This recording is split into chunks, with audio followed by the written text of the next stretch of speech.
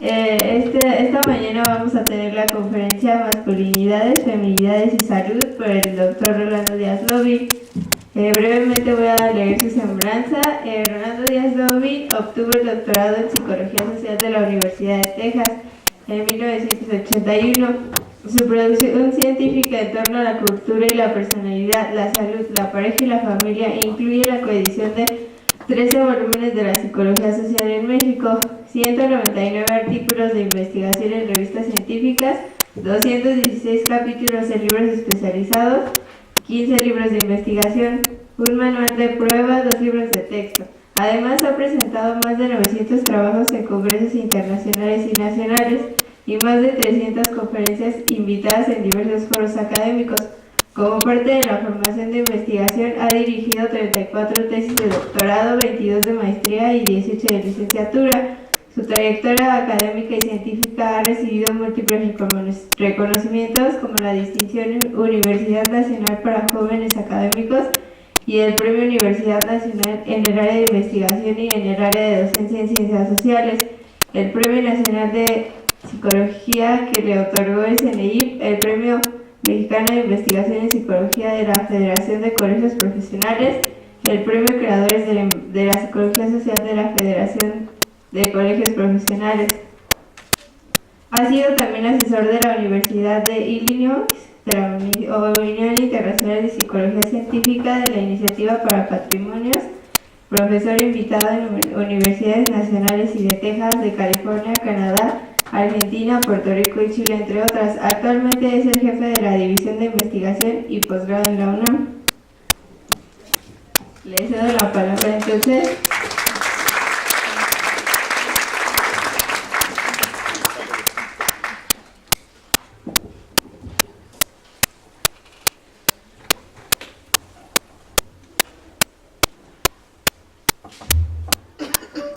Buenos días.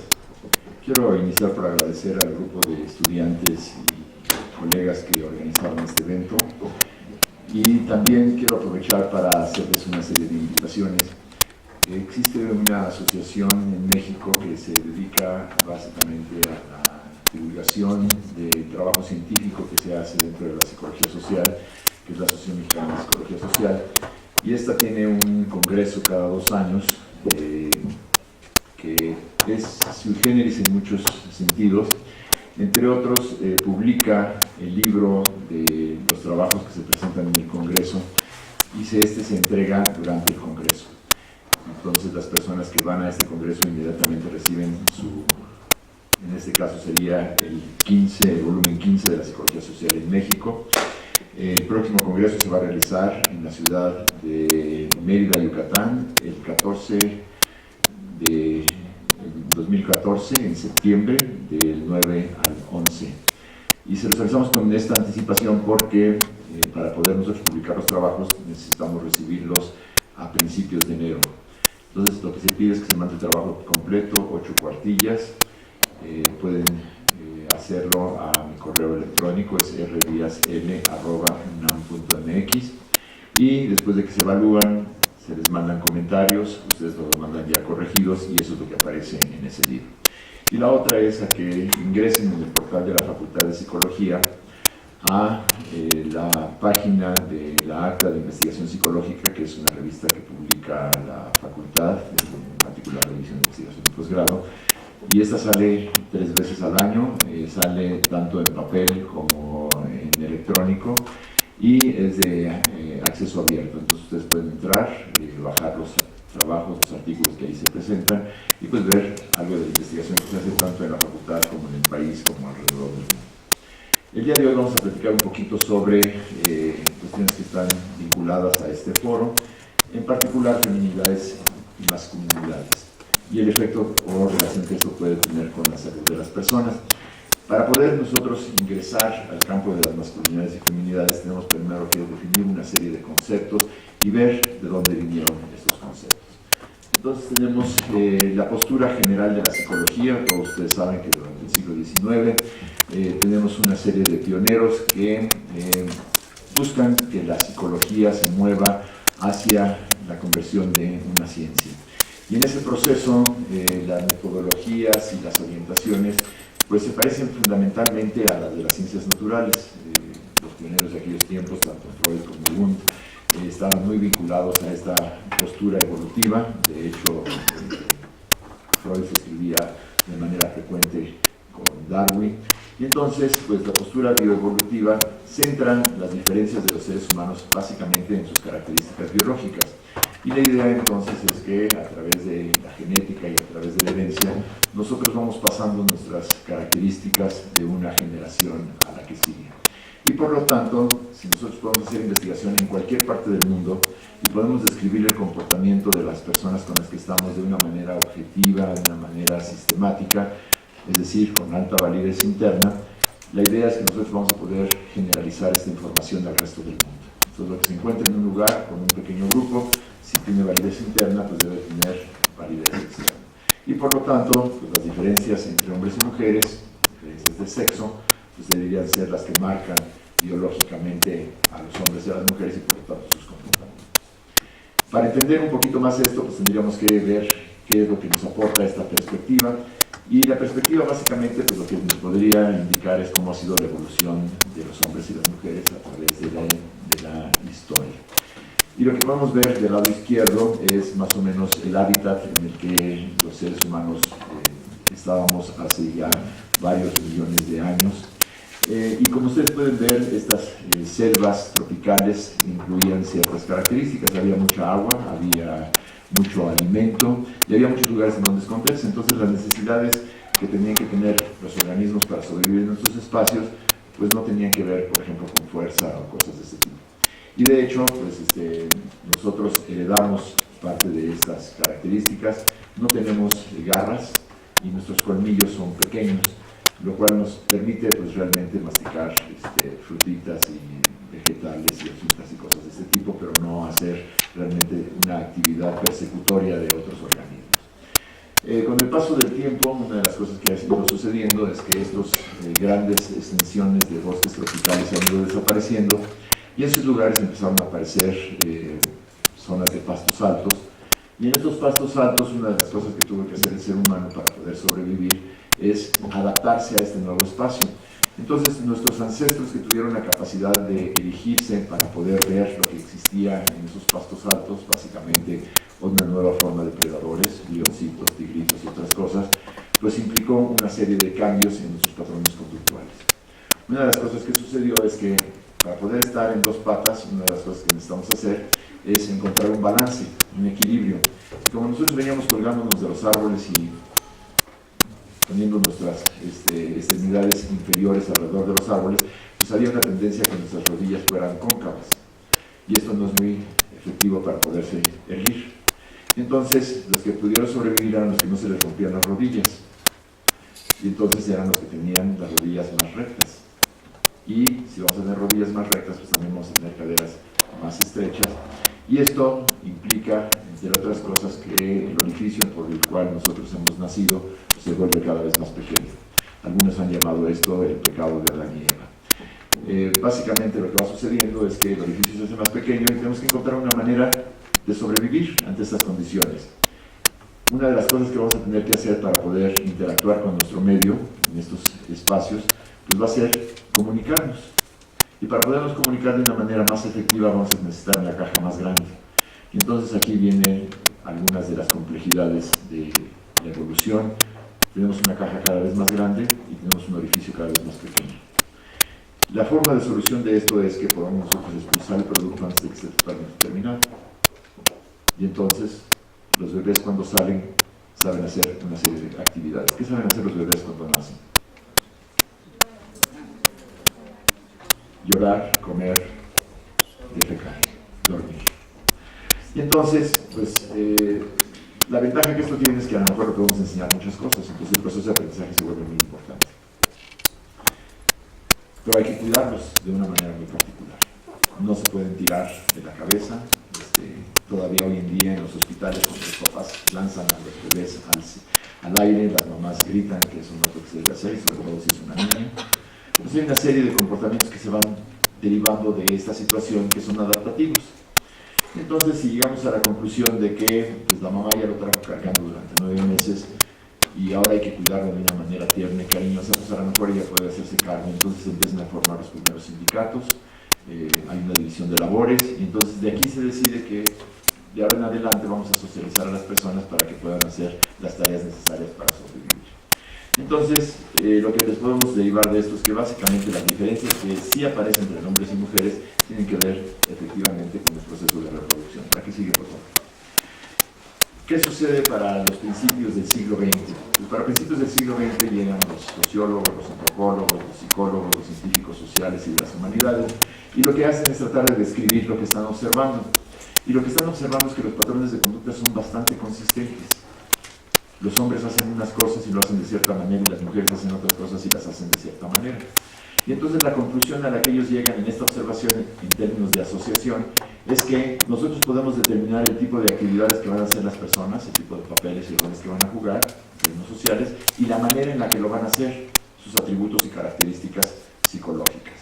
Y entonces la conclusión a la que llegan a través de esta asociación es que lo biológico determina lo social y lo psicológico. Y entonces que básicamente las diferencias entre hombres y mujeres están determinadas por cuestiones de tipo biológico. ¿Sí? Junto con esta idea, a la hora que llegamos a la parte psicológica, los atributos que van a describir a hombres y mujeres, se crean estos términos para describir aquellos que van a ser más comunes en los hombres y más comunes en las mujeres, y los llaman masculinidad y feminidad. Entonces, cuando nos referimos a masculinidades y feminidades, lo que estaríamos diciendo son cuáles son aquellos atributos o rasgos que tienen hombres y mujeres que los diferencian entre sí. Y esta diferencia se volvió tan marcada en estos principios del siglo XX que la idea fue construir un modelo bipolar, es decir, que tiene dos polos. De un lado tenemos la masculinidad y del otro lado tenemos la feminidad. Y la idea que se tiene es que conforme nosotros nos acercamos a la masculinidad, nos alejamos de la feminidad. Y conforme nos acercamos a la feminidad, nos alejamos de la masculinidad. Es decir, son dos cosas diferentes. Y de ahí pues vienen algunas de las afirmaciones que tenemos. Cuando nos dicen que es, cuando se habla de los sexos, se habla del sexo opuesto. ¿Por qué es opuesto? Pues porque tenemos esta concepción. ¿Sí? No hablamos de diferentes sexos, simplemente decimos es el sexo opuesto a este. Muy bien, la que sigue. En esos tiempos, una de las cosas que avanzó con mayor velocidad fue el estudio de la parte de la biología, y a finales de los estudios de la parte de la biología llegamos a los estudios del genoma humano. Y a la hora de hacer estudios del genoma humano aparecen unas cosas que nos empiezan a producir ciertas contradicciones. Resulta que los estudios del genoma humano muestran que los seres humanos compartimos el 99.9% de nuestra constitución cromosómica. Es decir, somos básicamente iguales. Entonces esto pues empieza a cuestionar algunas de las cosas que parece ser que todo el mundo creía. Los hombres son de Marte y las mujeres son de Venus. ¿Cómo puede ser que si unos son de Marte y unos son de Venus podamos compartir tal nivel de constitución cromosomal? Parece que somos básicamente idénticos. Y entonces la gente empezó a hacer preguntas sobre algunas cuestiones y empezaron a aparecer muchos estudios sobre diferencias de sexo. Los hombres son de una manera y las mujeres son de otra manera, para poder de alguna manera confirmar esta idea de Marte y de Venus. Y entonces empiezan a surgir algunas preguntas: ¿en qué somos diferentes los hombres y las mujeres? Parece ser que físicamente podríamos ser diferentes. Por ejemplo, en talla. ¿Quiénes son más altos, los hombres o las mujeres? Los hombres son más altos que las mujeres. Están certeros y seguros. Casi siempre. Pues lo que hicimos fue sacar los promedios de altura para los hombres y las mujeres alrededor del mundo. Y lo que encontramos es que el promedio de los hombres alrededor del mundo es alrededor de 1.75. Pues miden 1 metro con 75 centímetros en promedio. Y las mujeres en promedio alrededor del mundo miden 1.65. Es decir, que la distancia entre hombres y mujeres es de 10 centímetros en promedio. Pero después buscamos con estas maravillosas técnicas que hay ahora cibernéticas y encontramos a una mujer que midió 2 metros con 72 centímetros. Es esta mujer que está aquí. ¿Y qué podemos decir de esa mujer? Pues esa mujer es más alta que casi todos los hombres del mundo, con excepción de uno que midió 2,74. Y después del lado opuesto encontramos a un hombre que midió 84 centímetros. Y ese es el que está en la rayita que está del lado izquierdo. Ese hombre que midió 84 centímetros es más bajito que todas las mujeres del mundo, con excepción de una que midió 82 centímetros.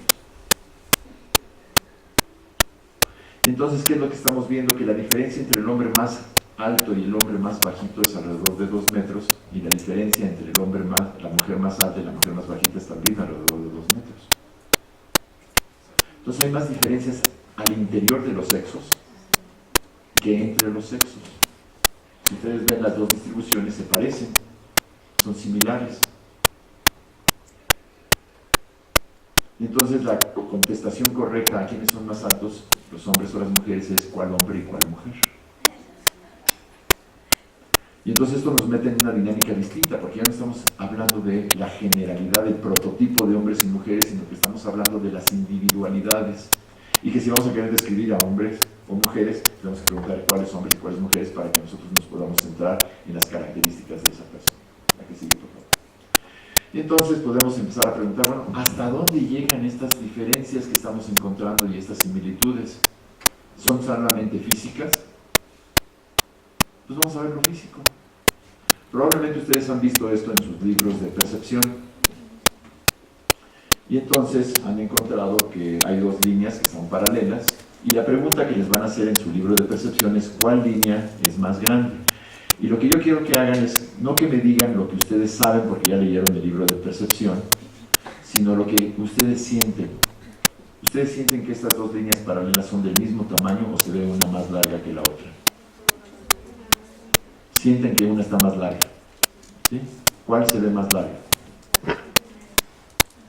La del lado izquierdo la perciben más larga que la del lado derecho.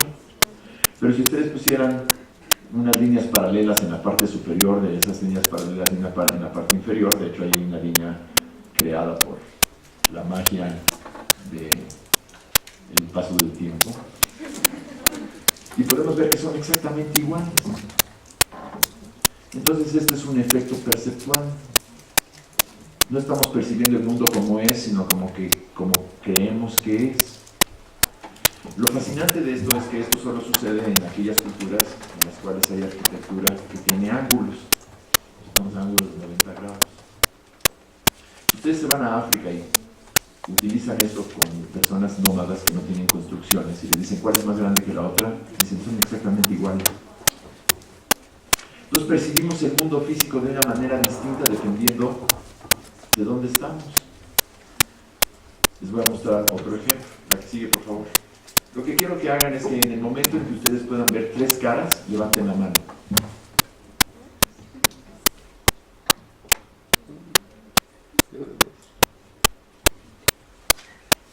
Lo primero que pueden notar es que hay diferencias individuales.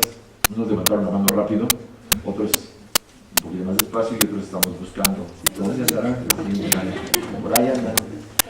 Esto tiene que ver con algo que estudió Wilkin por allá de los años 50, que se llama dependencia e independencia de campo.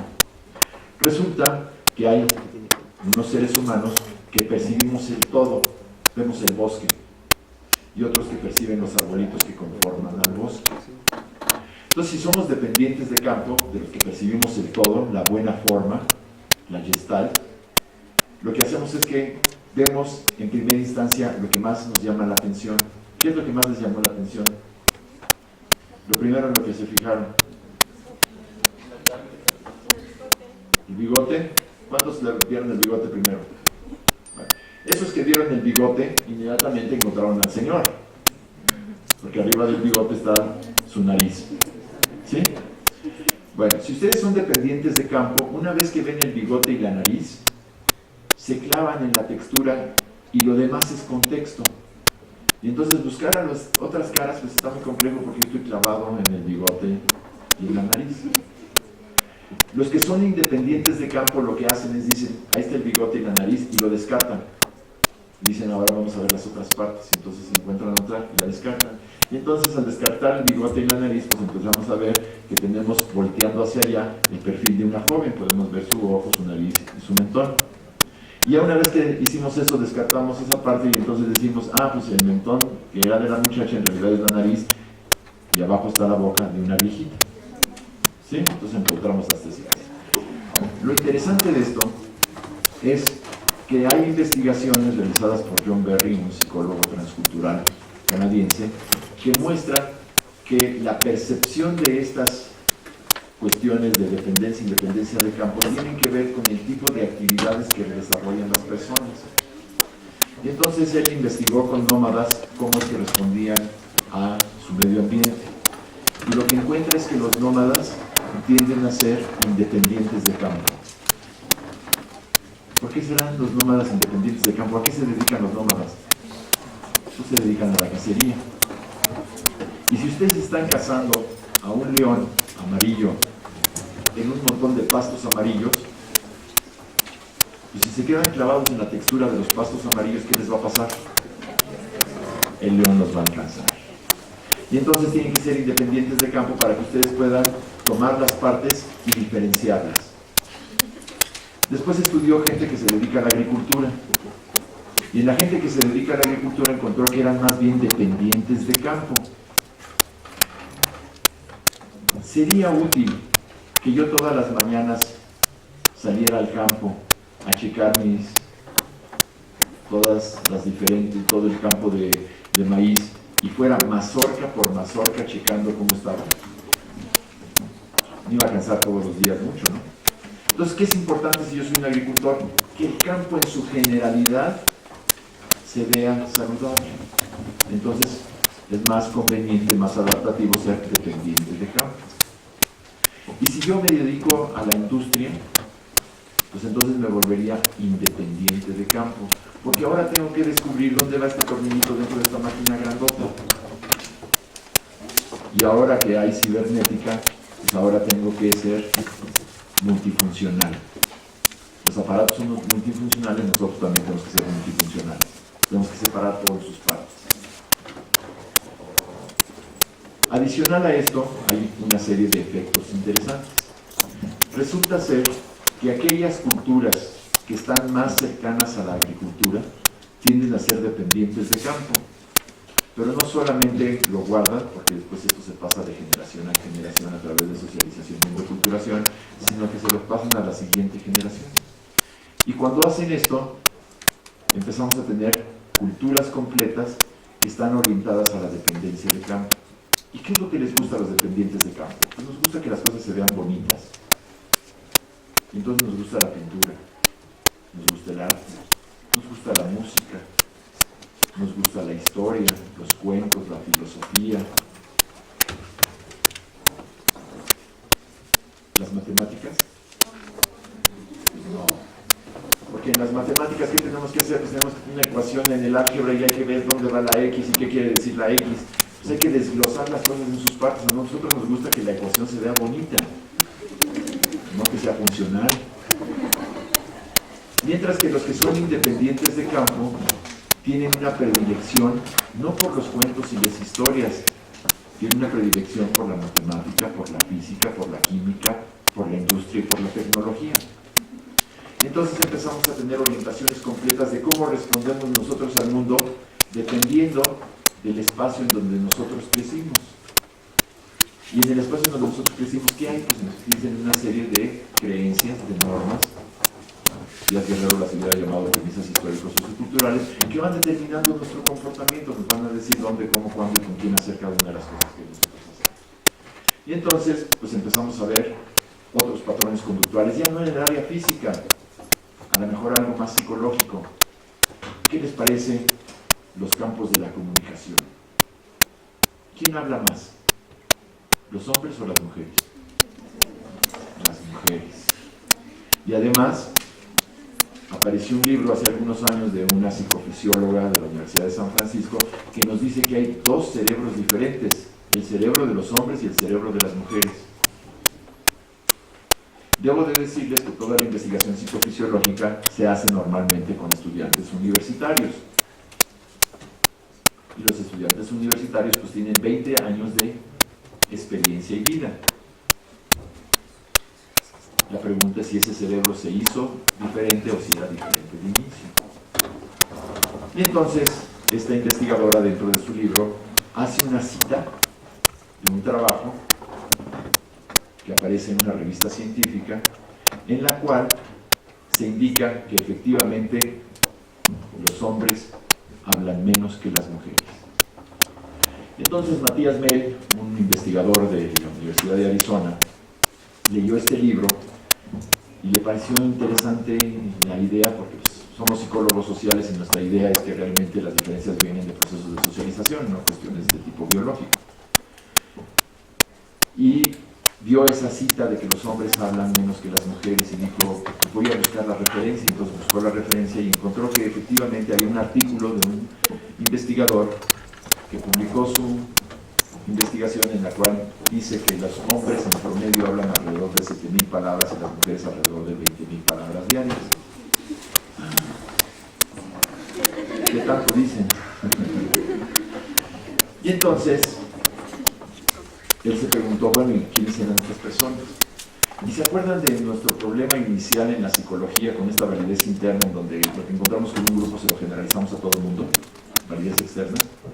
Pues él encontró que esta investigación se había hecho con un grupo en particular.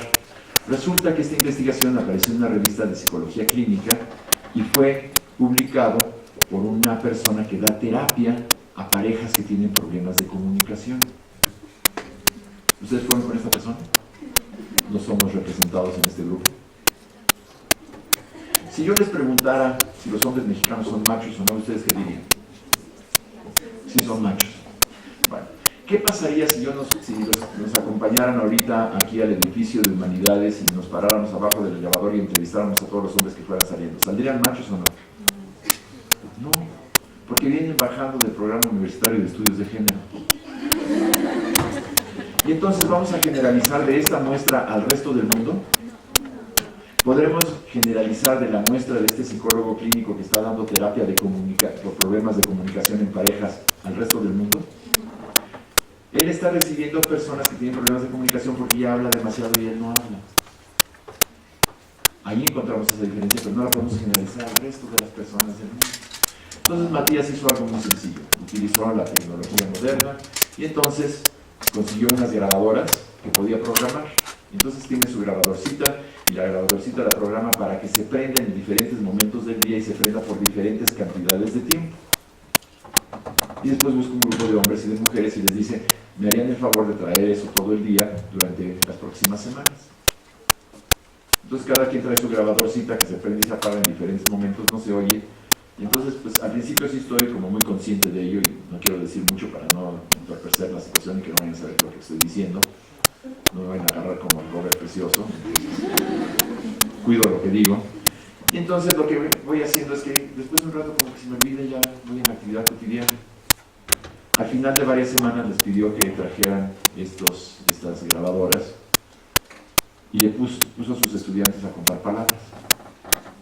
Y publicó un artículo en Science, esta revista de las ciencias duras, naturales, donde pues, se publican básicamente las diferencias significativas que existen en las variables del mundo. Y lo fascinante es que publicó un artículo en Science en donde lo que publica es que no hay diferencias significativas entre hombres y mujeres. De hecho, al igual que teníamos con la talla, hay una gran variabilidad en la cantidad de palabras que utilizan hombres y mujeres. Es más, la persona que hablaba más era un hombre que hablaba alrededor de 40.000 palabras al día y la persona que hablaba menos era un hombre que hablaba alrededor de 700 palabras al día. Una gran distancia entre dos hombres, grandes distancias entre mujeres, en promedio no había ninguna diferencia.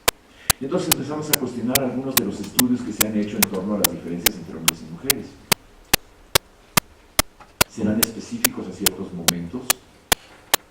Y una de las cosas que se han hecho son investigaciones utilizando una técnica que se llama metaanálisis. En el metaanálisis lo que yo hago es que tomo 200 estudios y combino las diferencias de todos esos estudios para ver si encuentro una diferencia al final.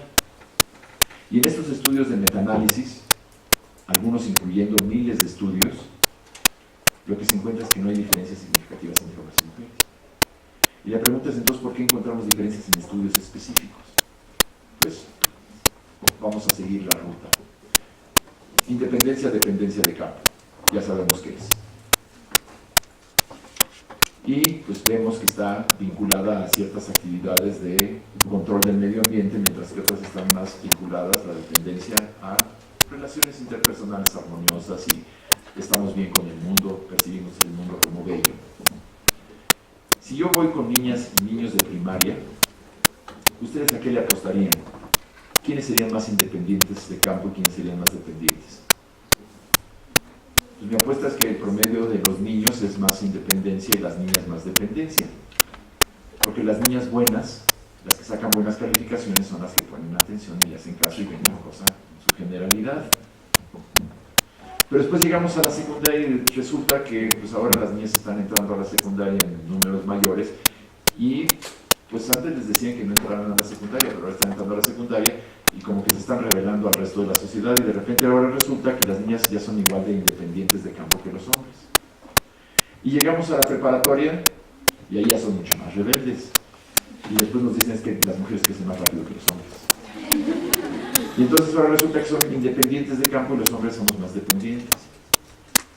Y si yo les presentara a mis estudiantes de doctorado, pues dirían que son mujeres extremadamente independientes, son contraculturales. Entonces, ¿quiénes son más independientes o dependientes, los hombres o las mujeres? Pues depende cuál hombre, cuál mujer y en qué momento de su historia. Y el investigador que lo mira. Y entonces empezamos a ver que parece ser que la biología pues, nos dio los inicios, los parámetros del comportamiento, pero después hay la que sigue, por favor. Y entonces pues empiezan a aparecer otros conceptos, la que sigue y la que sigue.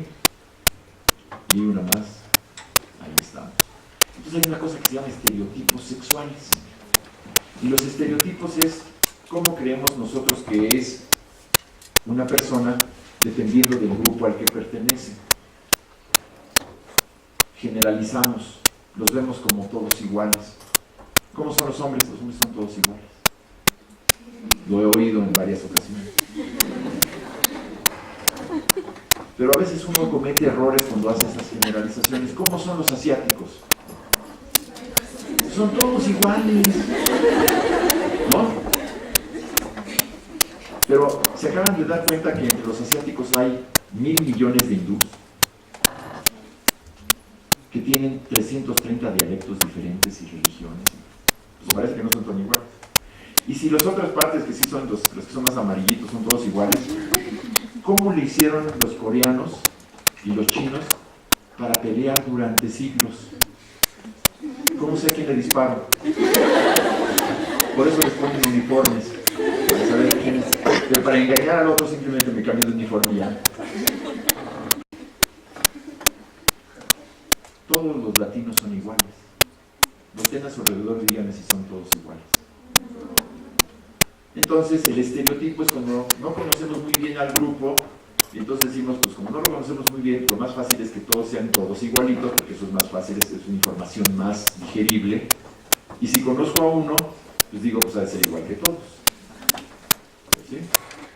Entonces cada mujer independiente, individual, es diferente de todos los hombres, igual a todas las mujeres. Es más fácil para nosotros así. No tenemos que pensar, no tenemos que entrevistar a la persona y decir, ¿y tú quién eres? ¿Eres mujer? Pues ya sé que lo vas a hacer. Y entonces, pues estos estereotipos, estas construcciones sociales, pues pueden tener un impacto en quiénes vamos siendo.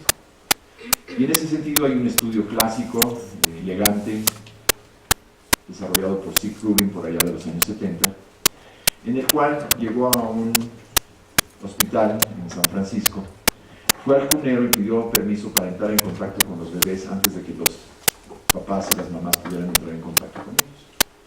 Entonces llegó y hizo una pregunta muy sencilla, les dijo, a ver, tráigame una niña y díganme cuánto pesa. Y le trajeron una niña y le dijeron 3 kilos. Dijo, ah, qué padre, pues ahora tráiganme un niño de 3 kilos.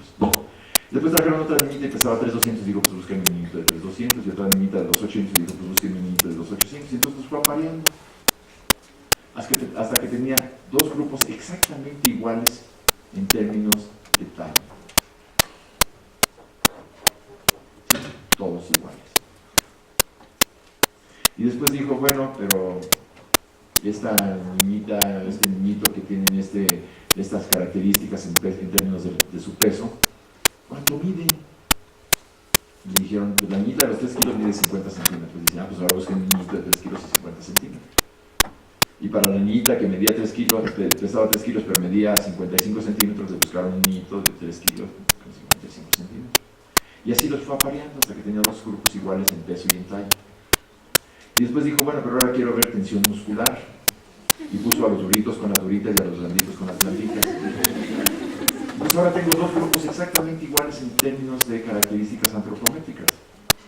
Mismo peso, misma talla, misma tensión muscular. Y ya que tenían esos 2 grupos igualitos, misma distribución, mismas medias, etc., se los llevó a los papás y las mamás y les dijo a los papás y las mamás, a ver, ¿cómo son sus hijos y sus hijas? Y los papás y las mamás dijeron que los niños eran fuertes, eran grandes, eran activos y eran inteligentes. Y las niñas, chiquitas, pasivas, tiernas y cariñosas. ¿Y ahora? Entonces San Francisco, los 70s, había muchas drogas. Las personas están en el proceso de la alucinación total. Pero ¿qué efecto tiene que yo de repente diga que los niños son fuertes, grandes, inteligentes y activos?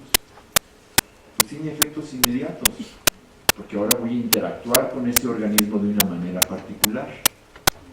Le voy a regalar armamento, pelotas, y a la niña, pues es chiquita, tierna, cariñosa, pues le voy a regalar para que pueda pues, realmente realizarse como mujer, pues sus muñequitas y su juego de té. Y entonces empezamos a interactuar con estos mundos. Entonces hay una serie de datos muy interesantes de la tesis doctoral de Tania, en los cuales ella pone a papás a jugar con sus niños con diferentes cajas, y adentro de las cajas hay juguetes, y unos de los juguetes tienen una muñeca y otro de los juguetes otro juguete es un carrito y otro es un rompecabezas, y todos tienen 7 partes. Entonces, ¿qué pasa cuando un papá con un niño de repente le toca una muñeca? Los dos ven a la muñeca y dicen, no, pues quién sabe qué hacer. Hasta que finalmente el papá toma la muñeca y les dice, sal largo. Y si la mamá se encuentra de repente con su hijita un cochecito, dice, pues espérate a que llegue tu papá y a ver que nos diga cómo lo arreglamos. ¿Quién sabe qué está pasando? Entonces estamos en procesos de socialización y endoculturación. Y entonces hay toda una serie de teorías que ustedes conocen bien desde la psicología social que tienen que ver con la profecía que se autocumple. Y después de todo esto, de repente llega un psicofisiólogo o una psicofisióloga, soy psicofisióloga, cuando estos sujetos tienen 20 años y son estudiantes universitarios, les ponen electrodos en la cabeza, les presentan un estímulo y ven que en el caso de las mujeres se iluminan los 2 hemisferios y en el caso de los hombres se ilumina un hemisferio o el otro. La respuesta conductual es la misma, pero se iluminan estos hemisferios de manera distinta. Y llegan a la maravillosa conclusión de que hay 2 cerebros diferentes. ¿Construimos estos cerebros? Porque una de las cosas que también nos presumen los psicofisiólogos es que los seres humanos tenemos una plasticidad cerebral enorme. Incluso lo que ingiere nuestra mamá cuando nosotros estamos en su vientre tiene efectos sobre nuestro desarrollo. Entonces imagínense después de qué. Entonces parece que estos estereotipos podrían ser brutalmente importantes en la determinación de cuáles van a ser nuestros patrones de conducta cuando nosotros vamos creciendo. Y entre estos patrones de conducta, acuérdense que si nosotros hacemos una cosa una vez, aprendimos que la podemos hacer. Si la volvemos a repetir varias veces, se convierte en un hábito, y si lo hacen muchas veces más, en un rasgo de personalidad. Y entonces, pues podríamos decir que estamos desarrollando hombres y mujeres con ciertas características o atributos que vamos a llamar atributos de personalidad. La que sigue, por favor. Y a estos les vamos a poner atributos masculinos y femeninos. Ahora, ¿cuáles les gustan para que sean los atributos que van a representar al hombre y a la mujer? Independencia, dependencia de campo. Ya dijimos que podría haber algunas diferencias, pero que estas fluctúan a través del tiempo. Entonces, pues vamos a buscar en la literatura a ver si alguien ha hecho algo sobre esto. Entonces, un grupo de sociólogos dirigidos por Parsons y Bates se fueron a diferentes grupos culturales y observaban el comportamiento Y entonces lo describían y decían, hay una tendencia, en el caso de los hombres, a realizar actividades que tienen que ver con la modificación de su medio ambiente. Son como agentes o instrumentos de cambio. Y entonces dijeron, pues, tienen que tener ciertas características para hacer esto. Agencia y instrumentalidad. Énfasis en tendencia. Y hay una tendencia a las mujeres a estar más vinculadas a relaciones interpersonales armoniosas. Cuidan aquí, cuidan allá. ¿Y estas cómo las vamos a llamar? Pues son actividades que están vinculadas a conductas expresivas, afectuosas, de comunión. ¿Y entonces qué tipo de atributos son? Pues expresividad, afectividad y comunión. Entonces podríamos decir que la masculinidad es instrumentalidad y agencia, mientras que la feminidad es expresividad y afectividad, de manera general. ¿Y ahora dónde vamos a encontrar estos atributos? Pues ya para los años 70 empezaba a haber ciertas discordancias en el campo de cómo es que se están dando estos conglomerados en la cual tenemos primero la biología y la biología determina lo social y lo psicológico y tenemos lo masculino como lo opuesto de lo femenino. Entonces empezaron una serie de teóricos a decir, pues vamos a rascarle aquí a ver qué sucede. Y entonces la que sigue, por favor, cambiamos de modelo. Ya nuestro modelo no es el modelo unidimensional, lo vamos a llamar el modelo multidimensional y efectivamente los seres humanos, nuestro comportamiento está determinado por características biológicas, por características sociales y por características psicológicas. Pero ya ven que ya no están empalmadas totalmente y que ya no está la biología como la determinante de lo social y lo psicológico, sino que ahora comparten espacios. Y entonces, incluso yo podría decir que el comportamiento final de una persona podría venir de lo social. El papá o la mamá que regalaron chocolatitos o regalaron puros, pusieron azul, pusieron rosita, socialmente están determinando el comportamiento de un niño o una niña. ¿Con base en qué? En su sexo. Entonces yo vi el sexo y dije, pues correcto es esto, entonces lo voy a entrenar para que hagan las cosas. Entonces parecería que el comportamiento es biológico, pero en realidad es social, como estímulo la parte biológica. Y así interactúan lo biológico con lo psicológico, lo biológico con lo social y lo social con lo psicológico. La que sigue, por favor. Y también tuvimos que cambiar nuestro modelo de masculinidad y feminidad opuestos, porque pues dijimos que algunas de las características que podrían indicar masculinidad son cosas como ser instrumental, ser independiente, ser activo, ser responsable. Y algunas de las femeninas podrían ser expresividad, por ejemplo, ser cariñoso, ser tierno. ¿Hay en este auditorio alguien que sea independiente, activo, responsable, tierno y cariñoso? ¿Sí? Tenemos un problema. Porque no cabemos en la teoría. No podemos ser masculino y femenino porque es bipolar. Entonces vamos a tirar esa teoría y vamos a traer una nueva teoría, que es la teoría dualista, que nos dice una cosa es la masculinidad y otra cosa diferente es la feminidad, y esto me permite, la que sigue por favor, ahora construir, y la que sigue, un nuevo modelo, en el cual hombres o mujeres que sean independientes, activos, tiernos y cariñosos, los vamos a llamar andróginos. Tienen de los dos. Hombres y mujeres que son tiernos y cariñosos, pero que no son independientes y activos, los vamos a llamar femeninos. Hombres y mujeres que son independientes y activos, pero no tiernos y cariñosos, los vamos a llamar masculinos. Y hombres y mujeres que no son ni tiernos, ni cariñosos, ni independientes, ni activos, pues no sabemos qué hacer con ellos, les vamos a poner indiferenciados. Todos los demás ahí los metemos en ese cajón. Bueno. Entonces tenemos una nueva concepción teórica. Pero las concepciones teóricas en la psicología pues tienen que aterrizar en una forma de poder identificar cuánto tiene la gente de estas características. Es decir, una operacionalización. Y para la operacionalización surgieron varios investigadores. Por una parte, alguien que probablemente ustedes conocen en el ámbito de los estudios de género, que es Sandra Bem. Sandra desarrolló un inventario que se llama el Ben Sexual Inventory, el BSRI, el inventario de roles sexuales de Ben. Y había otro grupo que inventó otra perspectiva y otro instrumento que se llama el PAQ, el Personal Attributes Questionnaire, o el cuestionario de atributos personales.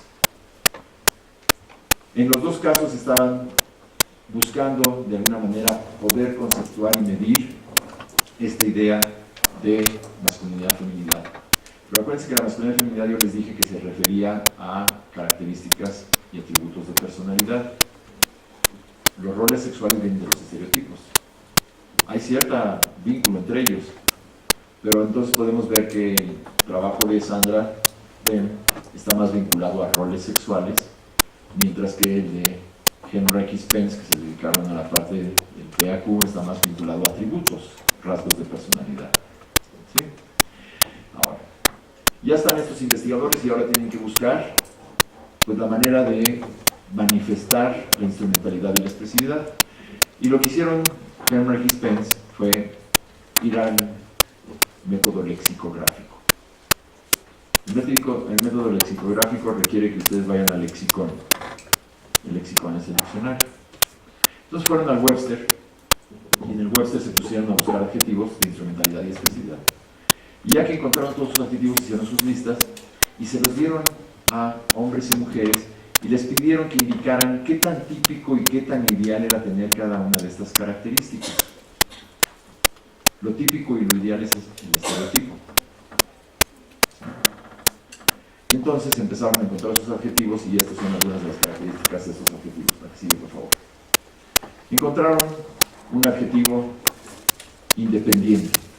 Dijeron, no, pues esto tiene que ver con que la gente haga sus propias cosas. Instrumental. Entonces es de instrumentalidad. Y después preguntaron a hombres y mujeres qué tan típico, qué tan ideal es que hombres y mujeres tengan estas características.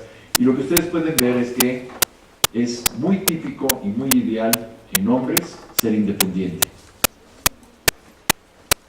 ¿Sí? ¿Quería ver dónde están las mujeres? Ahí pegaditas. También es típico ideal, un poquito menos, pero también es típico ideal. En los dos casos están por encima del punto medio de la media teórica. Por lo tanto, esta es una característica de instrumentalidad que es socialmente deseable, típico ideal en hombres y mujeres. Más típico ideal en hombres que en mujeres, pero bueno, los dos. Es de instrumentalidad que habíamos dicho que tiene que ver con masculinidad, y los hombres salen más altos, vamos a ponerle masculinidad positiva. Todos los adjetivos que tuvieran estas características, bueno para los dos, un poco más alto para los hombres que para las mujeres, y además instrumentalidad, lo llamaron masculinidad positiva. Así formaron su escala de masculinidad positiva. La que sigue, por favor. ¿Qué hay de la parte expresiva? Pues ser afectuoso es ser expresivo, ¿no? ¿Qué tan típico ideal es ser afectuoso en hombres y mujeres? Pues los dos están por encima del punto medio. Pero ya vieron que es más típico y más ideal en las mujeres que en los hombres. Entonces esta es una característica expresiva, socialmente deseable en hombres y mujeres, pero más típica en las mujeres. Vamos a ponerle feminidad positiva. Todos los adjetivos que tienen estas características le pusieron feminidad positiva. Pero así como en el mundo hay cosas que son socialmente deseables, también hay cosas que no son tan buenas. La que sigue, por favor. Y entonces tenemos el ser abusivo. ¿Es bueno ser abusivo? Pues es instrumental, ¿no? Porque modifico mi medio ambiente, agarro las cosas que yo quiero. Pero ya vieron que no es bueno para ninguno de los dos. Típica e idealmente ni los hombres ni las mujeres deben de ser abusivos. ¿De qué es de instrumentalidad? Es socialmente indeseable y es un poquito más aceptable en los hombres que en las mujeres. Por lo tanto es masculino, pero negativo. Y finalmente, la que sigue, por favor, tenemos al quejumbroso o quejumbrosa. ¿Es bueno ser quejumbroso? ¿Sí? ¿Les gusta? Es bueno para ustedes, pero no para los que estamos con ustedes. Y entonces, pues lo que podemos ver es que ni en hombres ni en mujeres apareció como algo que fuera atractivo o beneficioso, pero era un poco más aceptable en las mujeres. Es mejor una mujer quejumbrosa que un hombre quejumbroso. Entonces son características negativas, socialmente indeseables, expresivas. Las mujeres tienen un poquito más de ello, entonces lo vamos a llamar feminidad negativa. Entonces, ¿se acuerdan de nuestro cuadrito de género y personalidad, donde teníamos a los andróginos? Bueno, pues resulta que hay andróginos positivos, tierno, cariñoso, independiente y activo. Pero también se puede ser andrógino negativo, abusivo, agresivo, chillón y quejumbroso. ¿Sí? Entonces, una de las cosas que debemos de considerar es que la androginia, como una nueva entidad, pues también tiene sus partes favorables y sus partes desfavorables. Esto se hizo en Estados Unidos. Y pues resulta que Henry y Spencer eran mis profesores. Y ustedes no estaban para saberlo ni yo para contárselos de una manera muy amplia, pero resulta que los mexicanos tenemos una tendencia hacia la abnegación. Es decir, queremos que los demás estén contentos. Primero tú y después yo. Y entonces, ¿qué creen que sucedió cuando Janet y Bob me dijeron: Rolando, queremos que hagas una retraducción del instrumento y lo apliques en México? Pues soy abnegado, y les dije: claro que sí. ¿Cuántas aplicaciones quieren? Entonces hicimos el proceso de retraducción, lo aplicamos en México, hicimos los análisis psicométricos y básicamente, si vemos la teoría, la que sigue por favor, y la que sigue, lo que aparece es congruente conceptualmente. ¿Se acuerdan que ya dijimos que no vale lo bipolar? Es decir, que lo masculino no es lo opuesto a lo femenino. Pues aquí lo que encontramos es una correlación positiva entre masculinidad positiva y feminidad positiva. O sea, hay una tendencia hacia la androginia, chiquita, hacia la androginia positiva. Si fuera bipolar, nuestra correlación sería alta y negativa. Entre más independiente y activo, menos tierno y cariñoso. ¿Sí?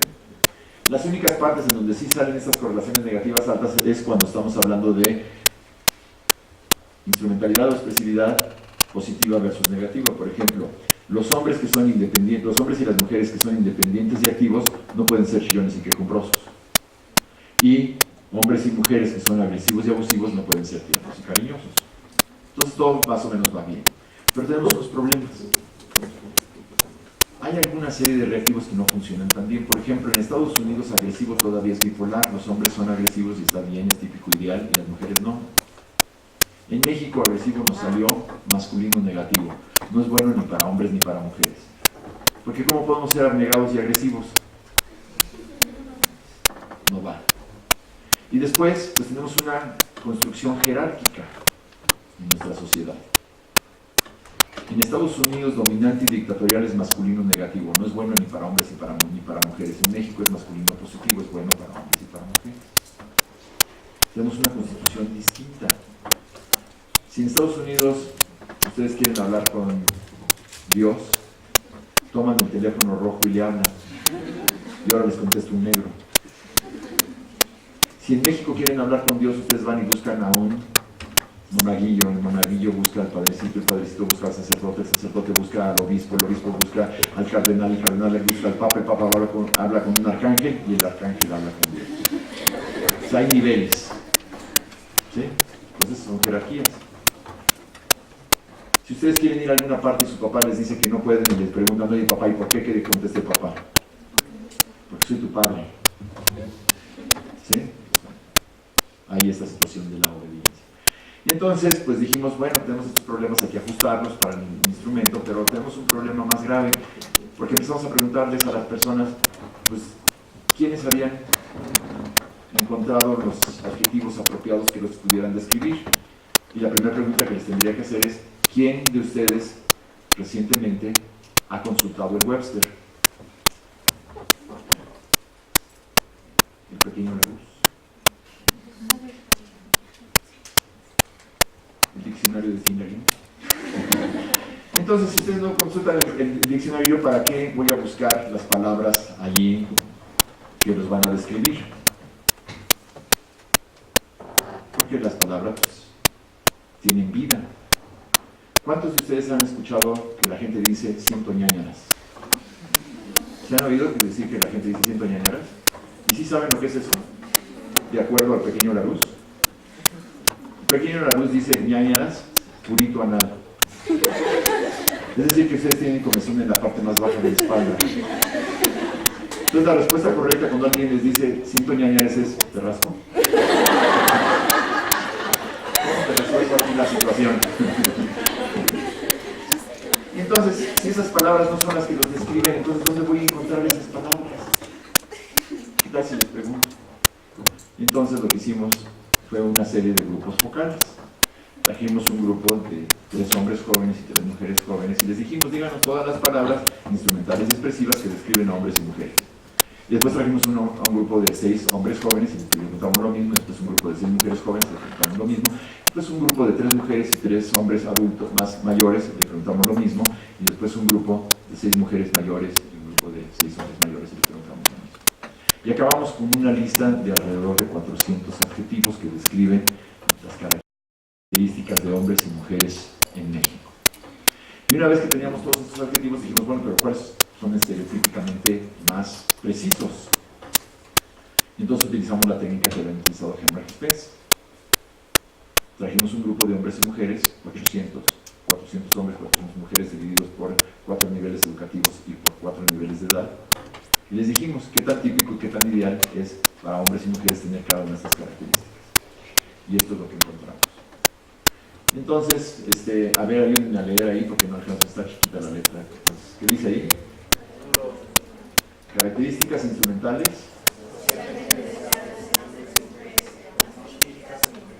A ver, vuelvan a leer porque yo creo que se equivocaron. Las características instrumentales, ¿de quién son? De los hombres, ¿no? Son más típicas en los hombres. ¿De ahí qué dice? O sea, son buenas. ¿Y después qué dice? Típicas.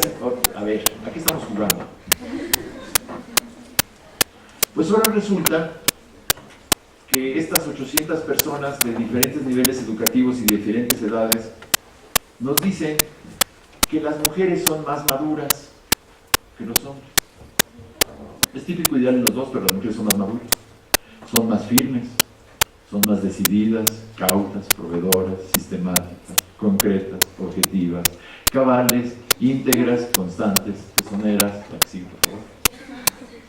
Diligentes, metódicas, responsables, previsoras, chambeadoras, protectoras, ordenadas, organizadas, formales, trabajadoras, cumplidoras, cumplidas, confiables y respetuosas. Tenemos más, pero normalmente nomás presento 12. Vale. Si no empiezan, una de las cosas que empieza a suceder es que las mujeres las empiezan a apuntar y entonces tenemos un problema. Se repite esto y va a ser un caos, ¿no? ¿Qué pasó? Pues, ¿qué les dijeron sus mamás? Sus mamás cuando eran chiquitas les dijeron, hijita, tú puedes hacer lo que tú quieras en tu vida. Entonces salen al mundo y ahora son más diligentes, metódicas, responsables, previsoras, chambeadoras, protectoras, ordenadas.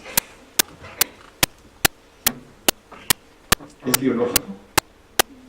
Si fuera biológico no tendría estos tumbos y vuelcos y cambios. Entonces parece ser que esto es algo estereotípico y sociocultural. ¿Y qué nos quedó a los hombres? También hay algunos instrumentales positivos que todavía nos quedaron entre los adjetivos. Estas son características instrumentales socialmente deseables en hombres y mujeres, pero más típicas en los hombres. Los hombres todavía somos insistentes, dirigentes, capaces, inteligentes, hábiles, independientes, autónomos, activos, dinámicos, audaces, valientes, racionales, competentes, seguros, emprendedores y persistentes. Ahora, recuerden que estas son tendencias y que lo que tenemos es que esto es bueno para los hombres y para las mujeres, pero los hombres están saliendo un poquito más altos que las mujeres.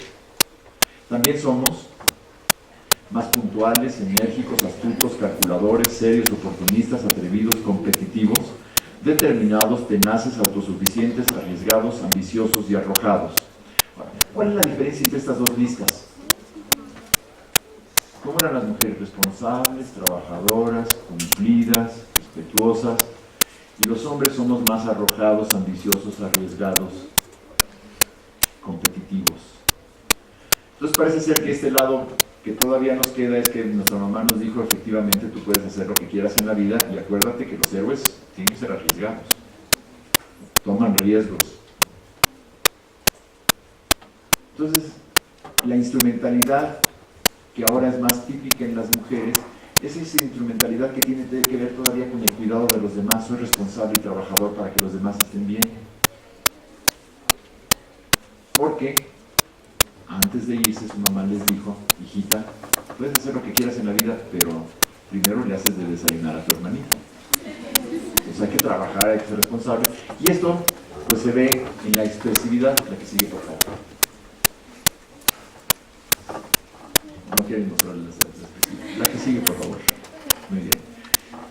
En la parte expresiva positiva, en la cual las mujeres todavía tienen más de estas características que los hombres, aunque aparecen tanto en los hombres como en las mujeres aparecen como más afables, comprensivas, afectuosas, caritativas, generosas, dadivosas, cooperadoras, solícitas, altruistas, tolerantes, conciliadoras, sociables, sinceras, francas, honestas, serenas. La que sigue, por favor.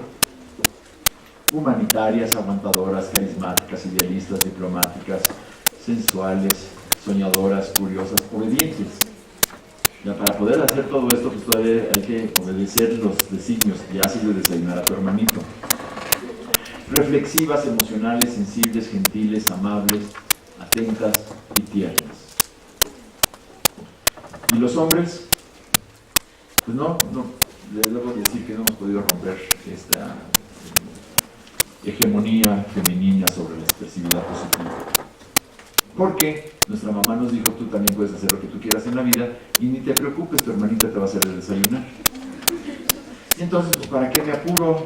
¿Para qué soy afable y cariñoso y tierno si de todos modos me lo van a hacer?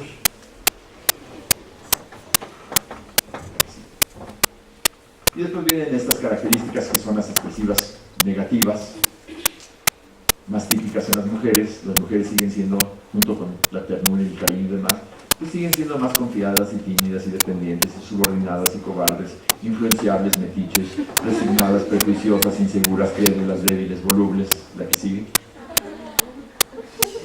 Inestables, indecisas, conformistas, penosas, abnegadas, ingenuas, miedosas, sumisas, preocuponas, chillonas, lloronas, quejumbrosas, 2 veces, y chismosas. ¿Sí? Pero, pues mi mamá me dijo que mi hermanita me iba a hacer desayunar, pero mi esposa todo el tiempo da lata. Y me dice, tienes que ser más sensible. Y entonces, pues ha estado trabajando sobre mí tanto que ya lo logré.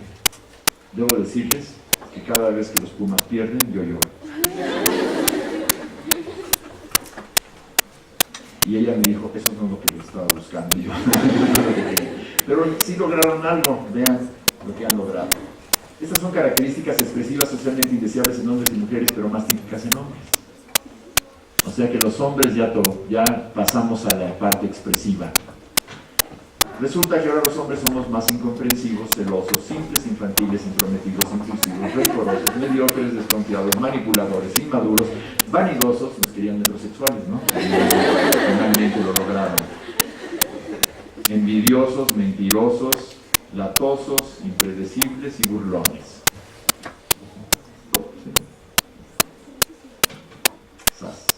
Esta la van a escribir. Y el lado negativo, pues ahí sí seguimos siendo los que, fuera de los que bajan del inicio de humanidades del PUEC, pues parece ser que la población en general, los hombres seguimos siendo más interesados, represivos, abrazados, tercos, corruptos, hoscos, problemáticos, vengativos y así jodidos. Cuando yo estaba en la universidad, tenía una compañera que tenía un letrero en su escritorio que decía, cuando Dios creó al hombre, ella estaba bromeando. Yo tampoco lo entendí. Hosco, problemático, vengativo, impaciente, ingrato, desagradecido, embustero, arrogante, dominante, agresivo, violento, ofensivo. Hay más. Tosco, individualista, personalista, materialista, malo, malvado, infame, ruin, perverso, grosero, patán, descortés, desatento, insolente, seco y regañón. Bueno, entonces pues lo que podemos ver es que la descripción de eso que habíamos llamado masculinidad y feminidad, porque eran estas tendencias, pues parece ser un evento sociocultural que tiene que ver con el desarrollo y la manera en que nosotros socializamos a las siguientes generaciones y a los que están a nuestro alrededor. Pero estos son estereotipos. Yo les prometí que íbamos a medir la masculinidad y feminidad. Lo que hicimos fue muy sencillo, simplemente cambiamos nuestro formato de pregunta y ahora ya no les voy a preguntar qué es típico y ideal, les voy a preguntar, ¿ustedes qué tan regañones son? ¿Qué tan tiernos? Y entonces ahora tenemos un autorreporte que nos va a llevar a un instrumento de personalidad. La que sigue, por favor. La que sigue. Y estas son las características que encontramos. Efectivamente había una parte expresiva positiva, ¿se acuerdan de los estereotipos positivos? Pero a la hora de hacer el autorreporte y hacer los análisis psicométricos pertinentes, un análisis factorial, encontramos dos factores, dos dimensiones diferentes en la parte expresiva positiva. Una que es afiliativa, tierna y cariñosa, y otra que tiene que ver más con esta idea de soñar y ser romántico y cosas de este tipo. Y lo que encontramos en este caso, a la hora de ver las diferencias entre hombres y mujeres, es que en todas las características expresivas las mujeres se describen como más expresivas que los hombres. Con medias pequeñas, porque ustedes pueden ver, por ejemplo, en el afiliativo positivo las mujeres son 3,98 y los hombres 3,73. Es decir, los dos están por encima del punto medio que es 3. Y la distancia no es muy grande. Y acuérdense que estos son los promedios, tenemos estas distribuciones. Podemos tener hombres que son mucho más tiernos y cariñosos que la mayor parte de las mujeres, y podemos tener mujeres que son mucho menos tiernas y cariñosas que la mayor parte de los hombres. Pero hay algo que nos empieza a llamar la atención. ¿Se acuerdan del emotivo egocéntrico? Vanidoso, burlón, latoso, en donde los hombres todos estamos de acuerdo que tienen más de eso. A la hora del autorreporte no hay reconocimiento. A la hora del autorreporte resulta que las mujeres dicen, sí, pues sí, yo soy un poco más vanidosa. Y los hombres decimos, no, para nada, que me esculquen. ¿Por qué? Pues porque estos cambios sociales van impactando en los individuos. Pero los individuos se pueden disparar como individuos independientes, pero la generalidad de la gente sigue siendo víctima de la sociedad, y nosotros, algunos de nosotros, no solamente nacimos en el siglo pasado, sino en las partes iniciales del siglo pasado, menos en la primera mitad. Y entonces pues fuimos víctimas de un proceso de socialización en donde nos dijeron, no, pues vanidoso para nada. Si te ves mucho tiempo en el espejo, te vas a convertir. Y pues no queríamos convertirnos. Y entonces, lo que encontramos cuando la gente se autorreporta es que tiene cierto temor de que ya realmente cambiaron las cosas. Cuando les pregunté si los hombres en México eran machos, la mayor parte de la gente dijo que sí. ¿Y cómo percibirá un hombre macho a una mujer exitosa? ¿Y cómo percibirán otros hombres machos a un hombre vanidoso?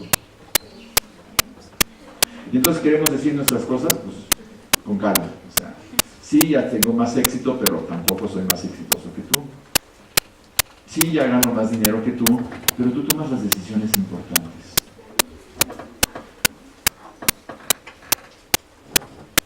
¿Sí? La que sigue, por favor. Tenemos la parte instrumental. ¿Se acuerdan que las mujeres salían más cooperadoras y autoactualizadas que los hombres en el estereotipo? Vean las medias. Los hombres dicen, pues sí, ya has mejorado, pero no tampoco tanto. Más como para que te... La diferencia es pequeñita, 4.04 a 3.83. Los dos tienen bastante de esto. Y entonces pues, lo que estamos viendo es un proceso de transición. Y en estos procesos de transición se dan muchos cambios. Ahora no somos machos, somos machos benevolentes. Machos light. ¿Sí? Ya entiendo que mi esposa pueda trabajar y que sea inteligente y que mis hijas puedan salir y desarrollarse, pero a una mujer no se le toca ni con el pétalo de una rosa. ¿Por qué? Porque son más sensibles. Hay que protegerlas. Probablemente lo que deberíamos decir es, a ningún organismo hay que tocarlo con el pétalo de una rosa si no quiere. Y a los que les gustan las espinas, con espinas. Hombres y mujeres. Entonces yo siempre le abro la puerta del coche a mi esposa. Y todo el mundo me dice, qué caballeroso. Y yo sonrío por dentro y digo, lo que pasa es que no tienen ni fuerzas para abrir la puerta. Todo lo tengo que hacer yo. ¿Sí? Entonces, ¿cómo vamos a romper esos esquemas?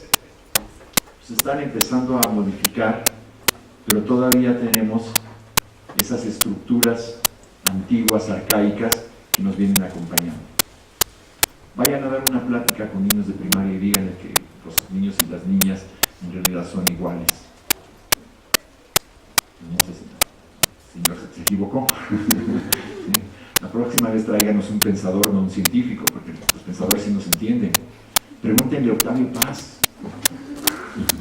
Él sí sabe cómo ser mexicano. Bueno, la que sigue, por favor. La que sigue. Bien.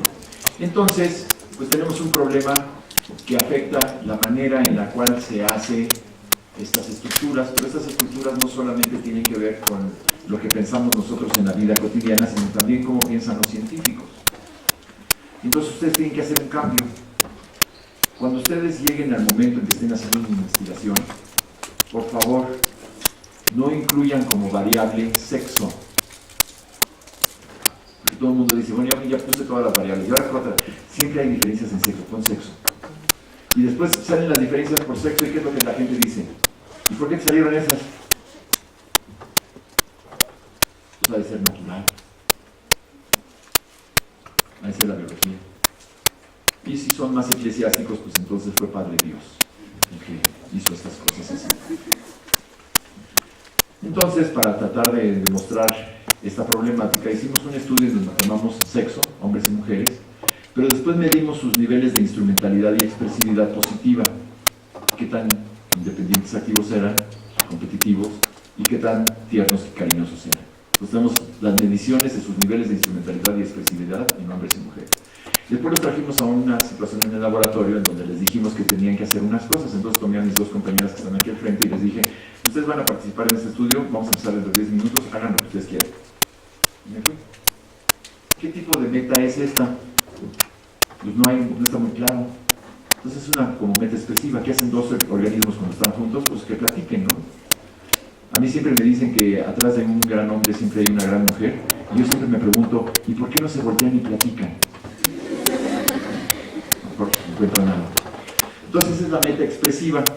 Ya nuestros compañeros acá de la derecha, lo que es su izquierda, lo que hicimos es que les dijimos, ustedes van a participar en un estudio en donde tienen 10 minutos para conocerse, y después de conocerse ustedes van a competir contra otras parejas que también están haciendo el mismo ejercicio, y los que se hayan conocido mejor son a los que les vamos a dar un premio, meta instrumental. ¿Y qué es lo que encontramos? Que cuando los hombres o las mujeres son muy instrumentales y los ponemos en la situación de nomás hagan lo que quieran, no dicen nada. Pero cuando los ponemos en la situación instrumental, platican mucho. ¿Y cómo sabemos esto? Porque grabamos las situaciones y entonces medimos el número de palabras, medimos el número de pronombres en primera persona y después medimos el nivel de intimidad con el cual habían platicado. En cambio, nuestros compañeros expresivos y nuestras compañeras expresivas, hombres y mujeres, cuando estaban en la meta expresiva, ¿qué hacen? Pues platican. ¿Y qué hacen en la meta instrumental? Pues platican. Entonces, ¿cuál es la razón por la cual existen diferencias en la cantidad de palabras que mencionan hombres y mujeres? Sus niveles de instrumentalidad y expresividad, que son variables sociales. Bien. Y entonces, ¿esto con qué se va a vincular? O sea, ¿qué efectos tiene esto sobre los seres humanos? Pues podemos ver si hay efectos sobre varias cosas, su producción, sus relaciones interpersonales o su salud. ¿Y cómo vamos a operacionalizar salud mental? Pues a nosotros se nos ocurrió que hay muchas maneras de hacerlo, pero nosotros pensamos que hay una serie de emociones que determinan más o menos cómo la gente está. Entonces decidimos medir depresión, ansiedad y enojo. Y pues necesitamos alguna definición de cada una de estas. La ansiedad se define como un estado transitorio o permanente caracterizado por sentimientos de tensión o preocupaciones irreales ante circunstancias de la vida que se pueden percibir como amenazantes y que tienen consecuencias dañinas. Entonces sería la definición de ansiedad en general. Que sigue. Spielberg y Díaz Guerrero trabajaron sobre una cosa que ellos llamaron dos diferentes tipos de ansiedad. Hay unas personas que están ansiosas todo el tiempo. Esa es su personalidad. Independientemente de lo que esté sucediendo, y están ansiosos. Ansiedad rasgo. Y hay otros que solamente se ponen ansiosos cuando ven el estímulo aversivo. Si les dan miedo a las arañas, brincan cuando hay una araña, pero cuando no hay arañas, ustedes están tranquilos. Ansiedad está. ¿Sí? La depresión, pues es un síndrome. ¿Por qué es un síndrome? Porque tiene muchas diferentes características, que está caracterizado por el decaimiento del estado de ánimo, la disminución de la capacidad de experimentar placer y de la autoestima, con manifestaciones conductuales, cognitivas, vegetativas y motoras más bajas. Tienen serias repercusiones sobre la vida y el desempeño de la ocupación que pueden durar varias semanas o meses. ¿Sí? Entonces podemos definirla de manera general como este sentimiento persistente de inutilidad, pérdida de interés por el mundo y falta de esperanza en el futuro. ¿Sí? ¿Cuáles son algunos de sus síntomas? Pues hay cambios en el apetito, hay cambios en el peso, no duermen bien, la actividad psicomotora se vuelve más lenta, hay falta de energía, sentimientos de infravaloración o culpa. Si están haciendo su diagnóstico, no estoy deprimido, estoy viejo. No, para asegurar eso. Dificultad para pensar, concentrarse o tomar decisiones, pensamientos recurrentes de muerte, ideación, planes o intentos de suicidio. Entonces sería la parte de la depresión. ¿Qué hay del enojo? Pues es un estado afectivo que subyace a agresión y conducta antisocial. Es una fuente o emoción o estado experiencial en el cual las personas tienen respuestas a una imaginaria o real frustración. Es decir, me frustro, no estoy logrando mis necesidades, entonces pues reacciono ante esto tratando de recuperarlos a través de la ira o el enojo. Y entonces es un estado de sentimientos subjetivos que puede ser interno y mental y que se asocia con cogniciones y patrones de excitación psicológica. Entonces son algunas de las definiciones que nos llevarían a describir la ansiedad, la depresión y el enojo. Regrésate una, perdón. Entonces lo que hicimos, otro más, es hacer un estudio con 400 participantes, 200 hombres, 200 mujeres, la mayoría casados con un promedio de tiempo en su relación de 14 años, y esto es algo que a través de sus pláticas ustedes deben de ir consultando. Casi el 95% de los artículos que aparecen en las revistas de alto impacto, todas estas revistas que llaman indexadas, son de investigadores anglosajones, hombres, que están en universidades de investigación en países industrializados y que estudian estudiantes universitarios. Entonces tenemos una maravillosa recolección de información y conocimientos sobre los estudiantes universitarios de Estados Unidos. La etnopsicología del estudiante universitario de Estados Unidos no la sabemos perfectamente bien. Entonces uno de los esfuerzos que hemos hecho cuando hacemos investigación y los invitamos a hacer lo mismo es tratar de obtener poblaciones abiertas. Entonces ustedes pueden ver que aquí pues, todos están casados, la mayor parte está casado, llevan 14 años en sus relaciones, tienen diferentes niveles educativos y también diferentes edades. ¿Qué es lo que aplicamos? Pues se acuerdan que teníamos nuestra escala de masculinidad-feminidad, aquí están la parte de instrumentalidad positiva, algunos de los ejemplos, ya los habíamos visto con más cuidado, pero está el cumplido, el determinado, el arriesgado. En la parte negativa está el descortés, el mandón, el violento, la que sigue. En la parte de la expresividad positiva, pues tenemos al amoroso, cariñoso y tenemos al sensible y soñador. En la parte de la expresividad negativa tenemos al burlón mentiroso, al llorón chillón, al conformista indeciso en diferentes dimensiones. Para cada una de estas dimensiones obtenemos una calificación y lo que vamos a ver es si estas calificaciones de cómo son ustedes en términos de su instrumentalidad y su expresividad tienen algún vínculo con los niveles de salud. La que sigue, por favor. La que sigue. La que sigue. Entonces, ¿qué es lo que usamos? La escala de instrumentalidad y expresividad, una escala de somatización para ver la parte de la depresión, si ustedes estaban teniendo problemas con las diferentes itis, dermatitis, colitis, etc. Un inventario de depresión que desarrollamos para población abierta. Una de las problemáticas con la depresión es que la depresión clínica no se encuentra en la población abierta, entonces es más bien un instrumento que mide tristeza, niveles de tristeza. No tenemos personas clínicamente deprimidas. Una escala de enojo que la derivamos de los trabajos de Spielberger, la que sigue. Algunos ejemplos de esta escala de enojo: hay un enojo estado, se refiere a la emoción experimentada en respuestas en una situación externa que es pasajera. ¿Sí? ¿Recuerdan de la ansiedad, estado y rasgo? En el enojo estado es cuando me enojo, cuando hay una frustración inmediata. La expresión de enojo es que tanto yo manifiesto esta expresión. Hay situaciones que elicitan mi enojo, ¿cuáles son? Irritabilidad es alguien que en general ante cualquier situación de enojo muestra esta situación. Enojo expresado hacia afuera son los que gritan y se enojan, y el enojo expresado hacia adentro son los que les dan ataques al corazón. Lo guardo todo y estoy muy enojado, pero está todo allá adentro. ¿Sí? Bueno, ¿qué es lo que encontramos? Instrumental cooperativa. ¿Qué pasa cuando la gente es instrumental cooperativa? Cuando es responsable, trabajadora, cuando es cooperadora, comparte con los demás. Pues lo que ustedes pueden ver es que su autoestima sube. O sea, la gente que es cooperadora, instrumental, que hace cosas, está más contenta consigo mismo, no tiene mucho enojo estado. O sea, no hay muchas cosas que los hagan enojar y tampoco expresa mucho su enojo. Entonces, los responsables trabajadores podemos decir que son más sanos, más autoestima, menos enojo, la que sigue.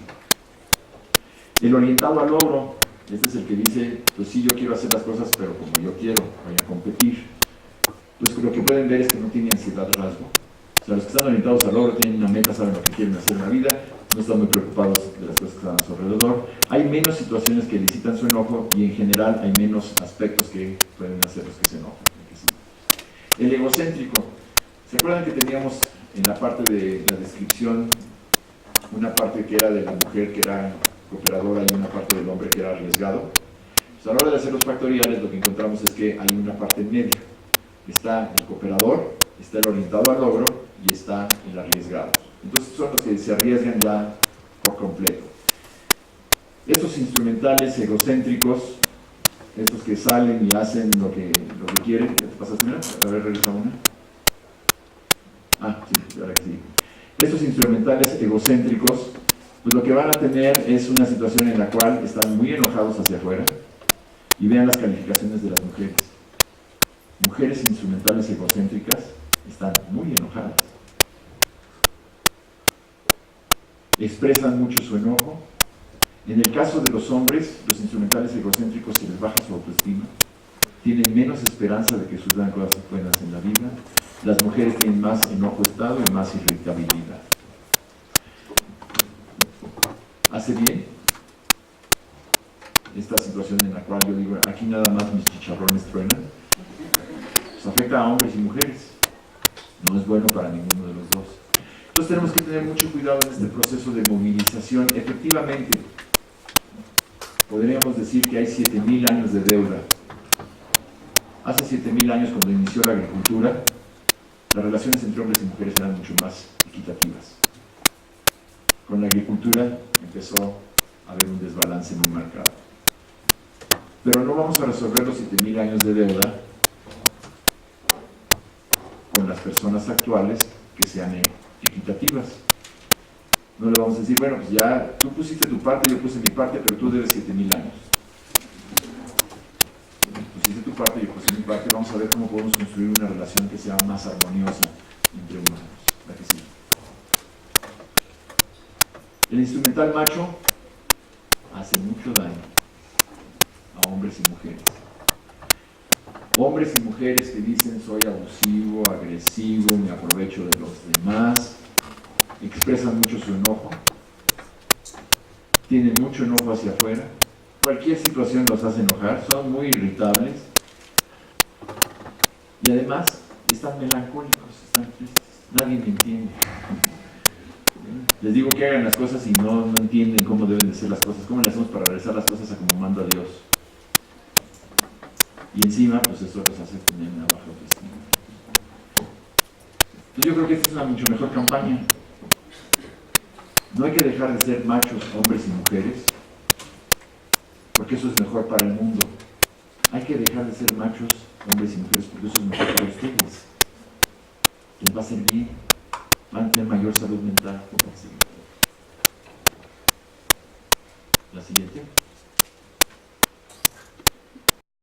El autoritario, pues es más o menos la misma cosa, melancólico, los enojos hacia afuera, la que sigue.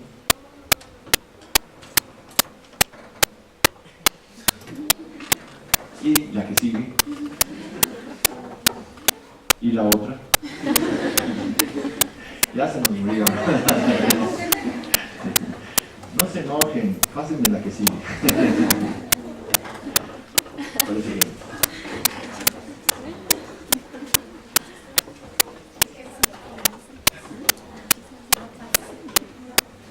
que sigue.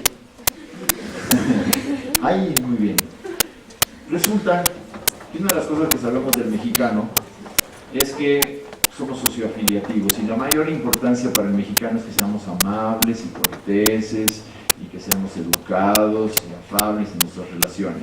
Entonces lo peor que puede ser un mexicano es no tener esas características, es decir, rebelde social. Los que son poco corteses y amables y educados, tratan hombres y mujeres. Y esto vea cómo les afecta. Esto hace el peor de los daños. La gente que es instrumental, rebelde social, más depresivos, sintomatología, baja autoestima, más melancólicos, enojo estado, más irritables, enojo expresado, más enojo hacia afuera, más expresión de enojo. O sea que están, en palabras poco científicas, jodidos. ¿Sí? No se vayan a enojar conmigo por ser descortés con ustedes, pero así es, parece ser que es la situación. La que sigue, por favor. El expresivo afiliativo, pues ahora estamos ya del lado bonito del afecto, del cariño. Pues resulta que el expresivo afiliativo, que es solamente tierno y cariñoso, tiene mejor autoestima, tiene menos melancolía, pero tiene cierta cantidad de ansiedad rasgos, está nervioso. O sea, soy muy tierno y muy cariñoso, y una pregunta que siempre me puedo hacer es, ¿me querrán los demás como yo los quiero a ustedes? Estoy medio ansioso. Digo, les convendría, yo no tengo alta autoestima y no estoy triste, hago fiestas y todas las cosas, pero ustedes simplemente se ríen, entonces me pongo ansioso. ¿A qué sigue, por favor? El romántico soñador. Pues el romántico soñador pues está ansioso, pero además, ¿cómo pueden escribir ustedes un poema? Si ustedes están contentos, ahora escriban un poema. ¿Cuánto me quieres? Mucho. ¿Cómo te sientes? Muy bien. Y entonces para poder escribir unas letras que digan, al final de la jornada las formas de mi madre se pierden en la nada y tú de nuevo en mi alma vuelves a aparecer, hay que ser melancólicos. ¿Sí? Entonces los románticos soñadores pues están ansiosos por la situación, están melancólicos, tienen un poquito de baja autoestima, ¿me querrán o no me querrán? Son los de las florecitas, ¿me quieren o no me quieren? Se deprimen, obviamente, porque pues, no me quieren y después me quieren. Son un poquito irritables y pues hay ciertas situaciones que los hacen enojar. Te dije que me quisieras y no me quisiste.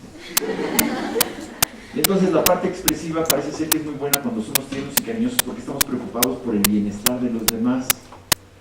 Cuando somos emocionales y estamos preocupados por nuestro propio bienestar, eso parece ser que no tiene tan buenos efectos. Básicamente, lo que podríamos decir es, no es malo llorar, ni es bueno llorar. Lo que importa es por qué lloramos. Si lloramos porque hay una injusticia, si lloramos porque otros sufren, eso es bueno, porque muestra empatía. Pero si lloramos porque nosotros nos sentimos que no nos quieren, eso no es tan bueno, eso muestra vulnerabilidad emocional. El emotivo negativo egocéntrico. Estos son los envidiosos, los vanidosos, los latosos, burlones, hombres y mujeres. Vean a dónde nos llevaron. Más expresión de enojo, más ansiedad rasgos, estamos nosotros todo el tiempo, más melancólicos, más enojo no expresado, más enojo hacia afuera, más irritables, más situaciones que nos producen enojo. Entonces, ese movimiento que hemos tenido los hombres hacia la expresividad negativa, pues parece ser que no es muy favorable para nuestra salud mental. La que sigue, por favor.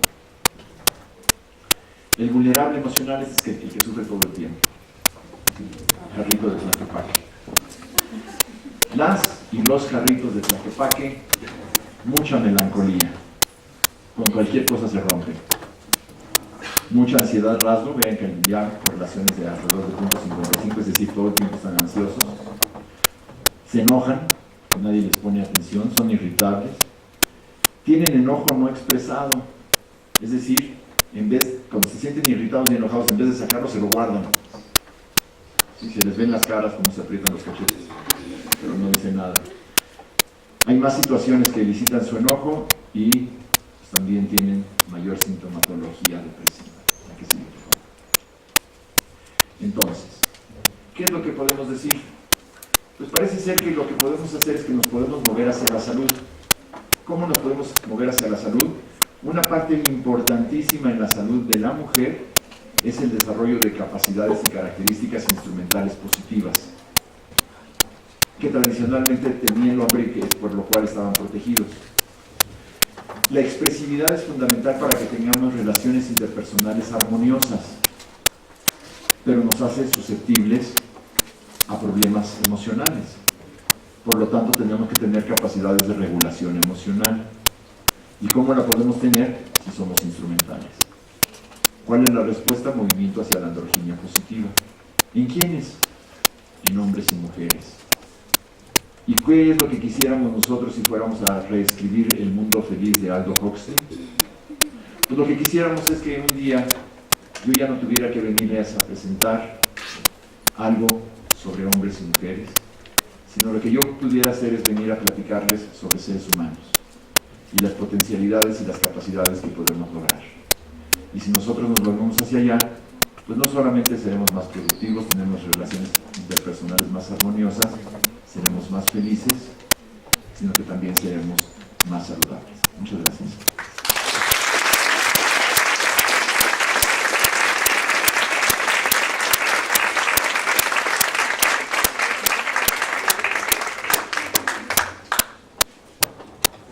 No sé si alguien tiene alguna pregunta.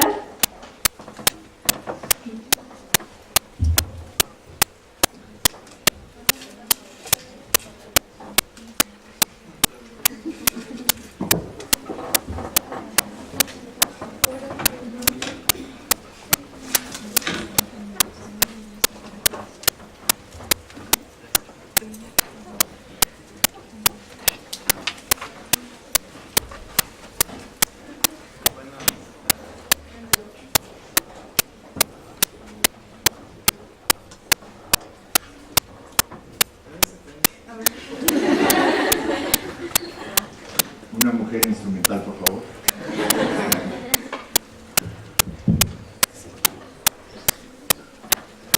Buenos días, buenas tardes, no sé qué hora sea. Bueno, la conferencia estuvo muy buena, me interesó muchísimo, pero me surgió una duda. ¿Usted cómo cree que, cómo interviene en nuestra sociedad separar los hombres de las mujeres? Por ejemplo, los separamos en los baños diciendo que los hombres son más sucios, ¿no? Las mujeres son más limpias, se supone, pero ya en la práctica pues vemos que eso no es cierto.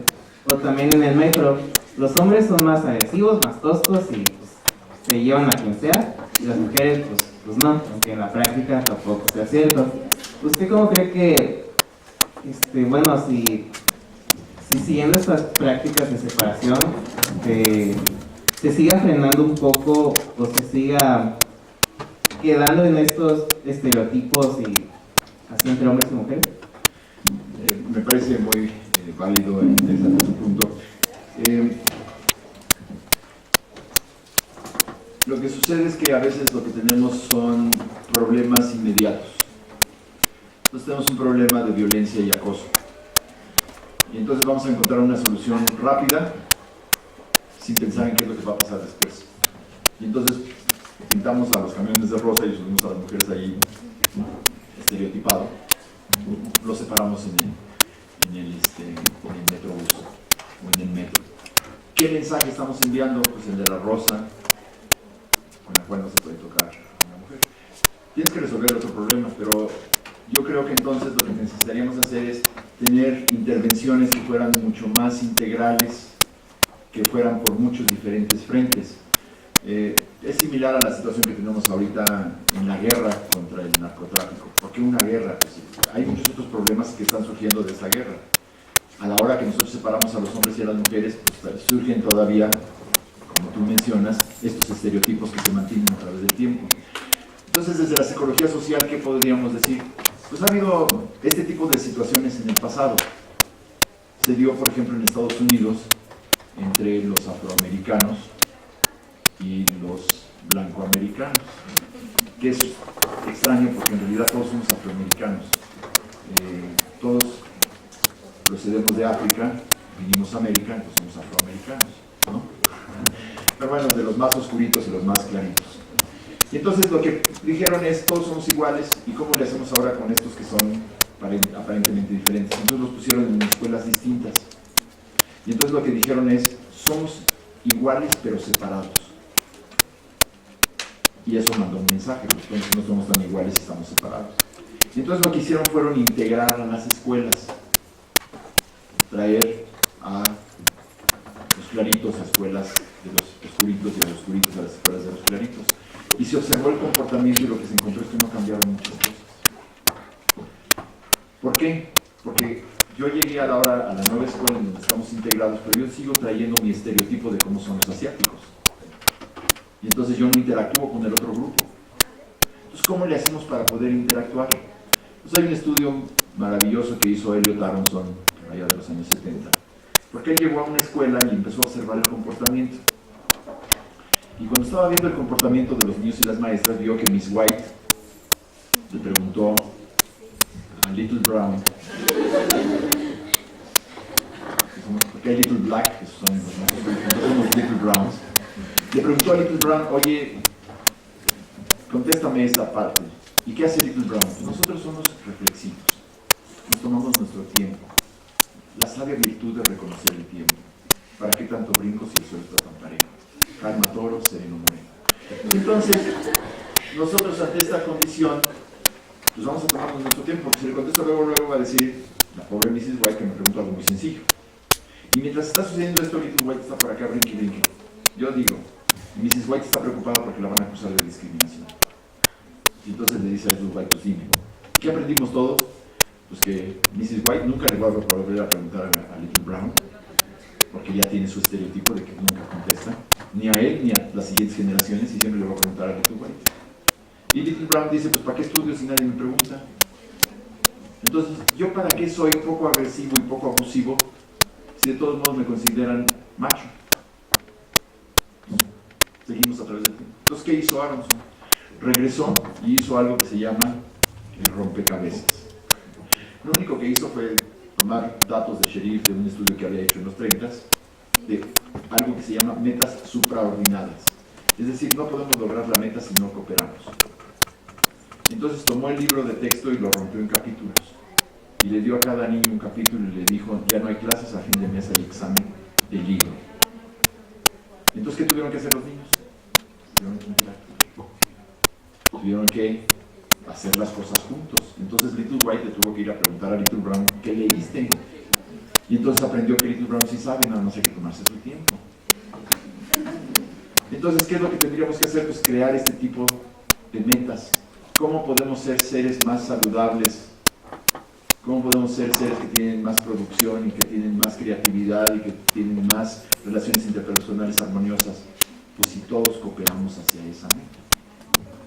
Entonces lo que tengo que hacer es crear procesos de intervención que tomen todas estas variables en cuenta. Desafortunadamente, nuestros gobernantes toman decisiones de ahorita.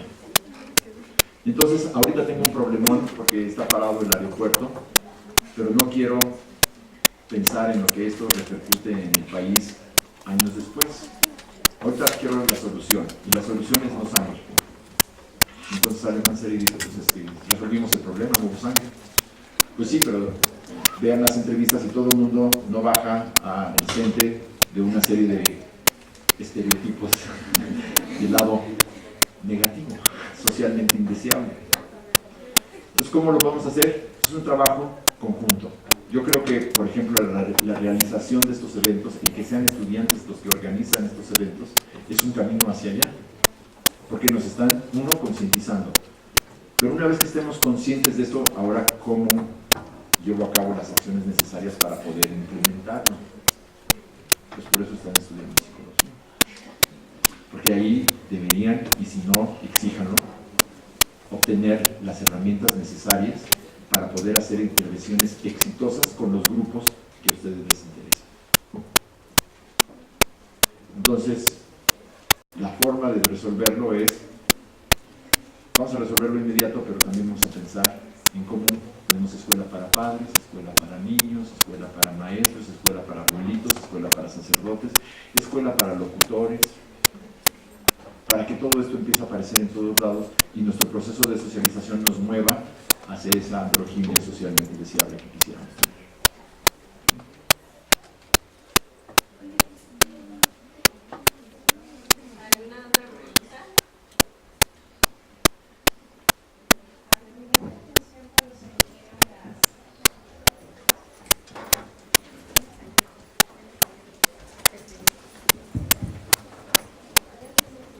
Me llama la atención cuando se midieron las características emotivas, socialmente deseables en hombres y mujeres, y que de verdad no se encontró ninguna en los hombres.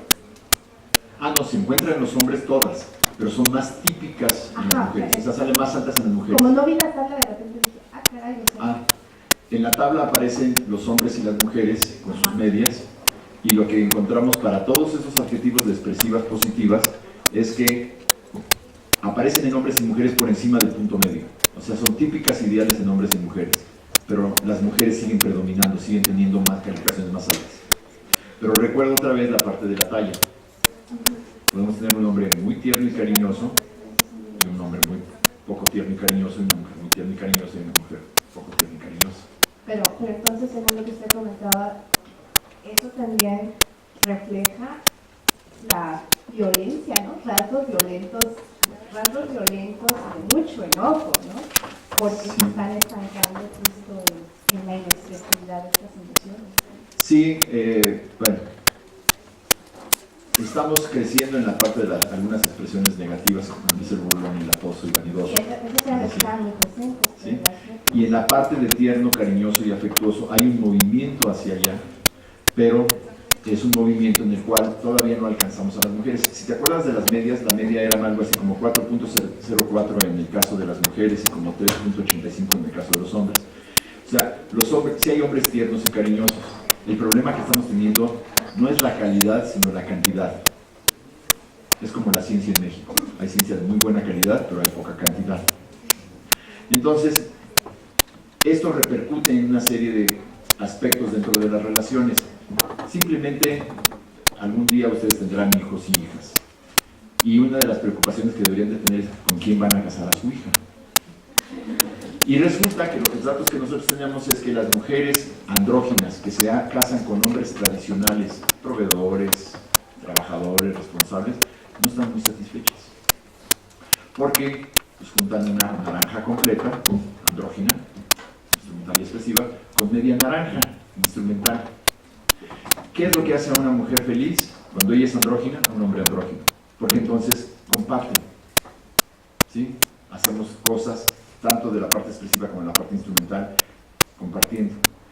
Entonces, nada más en ese sentido, pues valdría la pena, si vamos a tener buenas relaciones entre hombres y mujeres en el futuro, que podamos desarrollar mayor cantidad de hombres particularmente expresivos. O sea que, así como la mujer se ha movido rápidamente hacia la instrumentalidad, podemos mover ahora al hombre hacia la parte de la expresividad, sin perder la instrumentalidad, porque también queremos gente que sea creativa y productiva. Entonces, ¿cómo movemos los hombres hacia la expresividad? Pues una de las formas es a través de modelos. La teoría de aprendizaje social de Bandura. ¿Y quiénes son los modelos? Vean las novelas.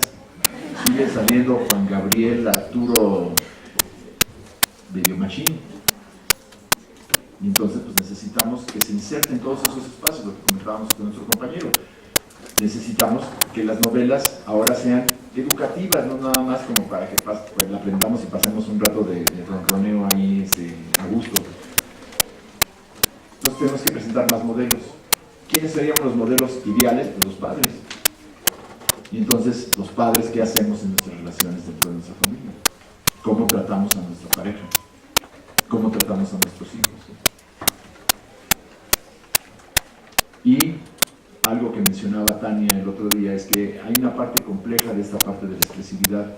Cuando uno está preocupado por el bienestar de los demás, pues no tiene mucho reforzador hacia uno mismo.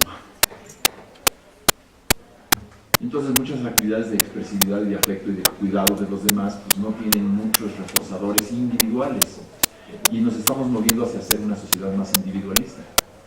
Pues cada vez más estamos pensando en nosotros y no en los demás.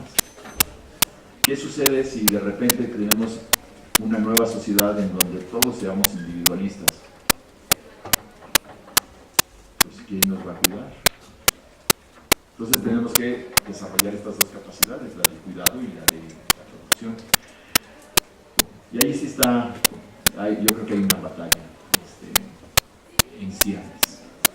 Y pues algunos la batallamos de diferente forma.